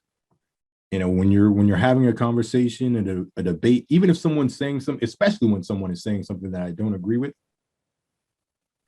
I'll, instead of telling him you're wrong, I'll ask a question and give them the floor to think about what they just said, change it up. I'll ask leading questions to kind of get them to say what I want them to say, what I need them to say. Like, you understand that what you're saying is just complete BS. So let me ask you a question. But instead of just saying, hey, that's full of, you know, cock Right. out. And also to understand what they're saying, bro, because like, you know, this book I'm reading, bro, is written by a world-renowned psychologist from Canada. In the book, one of the damn chapters is, you know, treat people that you're speaking to like they have something that they know something that you don't know. Or I'm paraphrasing it, but it's that kind of thing. And it's knowing that no matter who you talk to, there's something in there that if your ego gets in the way, you won't catch it. You have to really listen to understand where they're coming from and why they have that thought. And then you might learn something from the convo. So there's something to be gained from everybody. You just have to want to find it. And so that's hard for me to go. I'm learning that now and I'm teaching myself. That's some hard shit. Because sometimes people get to spewing out this shit. I'm like, bro, I can't sit here with this. Then I got to remind myself, no, just really ask questions, get engaged, make eye contact, and really buckle down. You might learn something from this. So that's hard. That's a hard skill to learn, but I'm struggling with it, but I'm gonna get there. Yeah, I agree. I agree. And that's another reason why I asked the question, because I want you to give me more information, because I'm not understanding why you have this point of view. I'm not understanding why you feel this way. So I have to dig, you know. And like I say, I don't want to just tell you you're wrong. That's BS. I know for a fact that no, let me ask the question and give you the opportunity to think about what you're saying. And you may still stick to that, but at least I will have a better understanding of why you feel the way you feel. If you decide to share that information instead of getting defensive and then throwing the whole argument in the trash and saying, well, you just da, da, da, da, da, and then going to all those fallacies and everything, those logical fallacies. But yeah, it's tough sometimes to hold your tongue. It's tough sometimes to cede the floor to somebody else's opinion that doesn't align with your opinion. Especially when you got a temper like I struggle with, man. Jesus Christ, that shit gets rough, bro. I got a temper, man. I've had it my whole life, bro. And me at 28, I'm just now really putting in work to get it fixed, because I've realized now at this age, it is embarrassing to have a temper at 28 years old. I'm a grown damn man. I'm a big guy. I'm 6 foot, you know, I was 310 pounds a year and a half ago, but I'm 190 now. I went on this weight loss kick and shit. I did all that, bro. But it's like, so I look aggressive. I look like a mean dude, bro. But I've been through a lot of shit, but I'm really a nice guy, but I have a damn temper. And it's like, when people bring that out of me, though, I feel like such a damn child, man. I'm like, oh, bro, you can't be doing this, man. You look ridiculous right now. You 28 years old, you getting tantrums. Oh, don't do that. You know, shit's embarrassing, man. Yeah, it's like I was doing. What is the clock? How many days without Hulk again? When he had the counter, how many days without an incident? Right. That's what it is. This shit's embarrassing, dude. It's aggravating, man. Men are not supposed to be that emotional with tempers, bro. I got to learn how to control it. It's crazy. Yeah, but the first thing is just like, you know, with any addiction, the first thing is admitting that there is a problem. So now that I understand, I need to work on my temper. I need to work on that aspect. Then I need to start thinking about, okay, what triggers me flipping out? What's the trigger? And then what's preventing me from checking myself in the moment? And have that conversation, write it down, and just do a deep dive into, I'm going to have this out of body experience and just look at myself in one of these situations. What happens in the situation? Is it the environment? Is it the person? Is it a specific person that always pushes my button? All right, well, I need to make sure I control my conversations with that person. The environment, is it, you know, alcohol, weed, whatever. But think about every aspect of it. And once you break it down into those elements, then you can start thinking about what I need to eliminate, what I need to add in order to get this particular behavior under control. I like that. I'm a damn sure write that down. That's an exercise to use for sure. Definitely try that out. It might help. Yeah, that's it, man. Bro, this was great, man. I ain't trying to hold you hostage, man, on the damn line, bro. I could talk your ear off for like 2 days on shit. I read too much. I'm a loner, so I don't really have a lot of people to just get shit out to like that on a daily basis. So shit builds up over the work week, bro. Let me tell you that. So I'll talk your damn ear off, man, if we engage in too much conversation, dog. But bro, this was dope, man. But I'm finna go get me something to eat, man. I need a nap. I gotta go back to work at 5, bro. I got a couple hours to spend before I gotta go back. So Most definitely. Hey, man, I definitely appreciate it. Go enjoy the rest of the day. And like I said, we connected on Facebook and everything, so we'll be keeping in touch and set everything up from there. Already, man. All right, take it easy, man.